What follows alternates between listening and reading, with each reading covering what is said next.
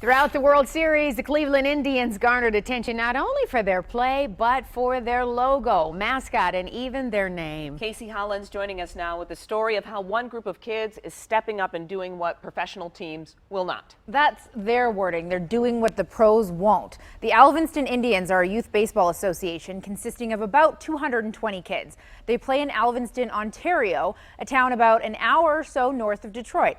Now, they were paying attention to these conversations during the MLB playoffs, and they decided they were ready to turn that talk into action. It's America's favorite pastime, but parts of it could be changing, and these guys could be the ones leading the way. You guys wanted to be able to play baseball without, hurting anybody's feelings? Yeah. The Alvinston Indians play in a town close to a handful of First Nations reserves. Next year, Association President Andy Treist explains they'll be called something different. When the Toronto Blue Jays were playing the Cleveland Indians in the playoffs, there was a court hearing here in Ontario about the use of the name the Indians. That kind of got me thinking about maybe a potential name change. You might remember certain broadcasters refusing to use the name Indians during the playoffs.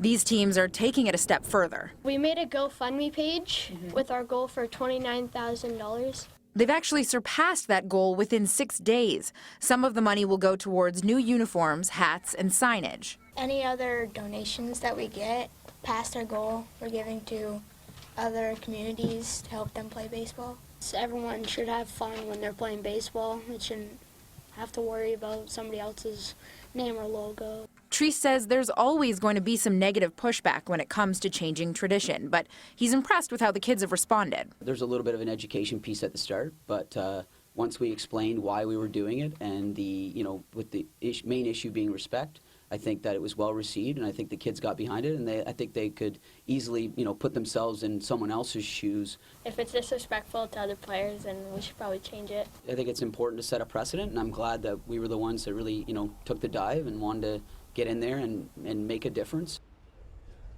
So the kids told me that they're really excited to make everyone feel included and hopefully set an example for some professional teams. Maybe they'll follow suit, but of course they're also super excited just about the name change. I asked one of them, okay, so what do you want the name to be? And he said Riverhawks. Okay. We'll see. They haven't decided yet, but they have until next spring when they start playing to get that Nice to hear that they were worried about hurting someone's feelings. Yes. Right? And that they care. Yeah. A nice maturity from those young people. Exactly. We get wisdom from them. We do. We We absolutely do. And it'll be interesting to see if those pros are now paying attention. Wow.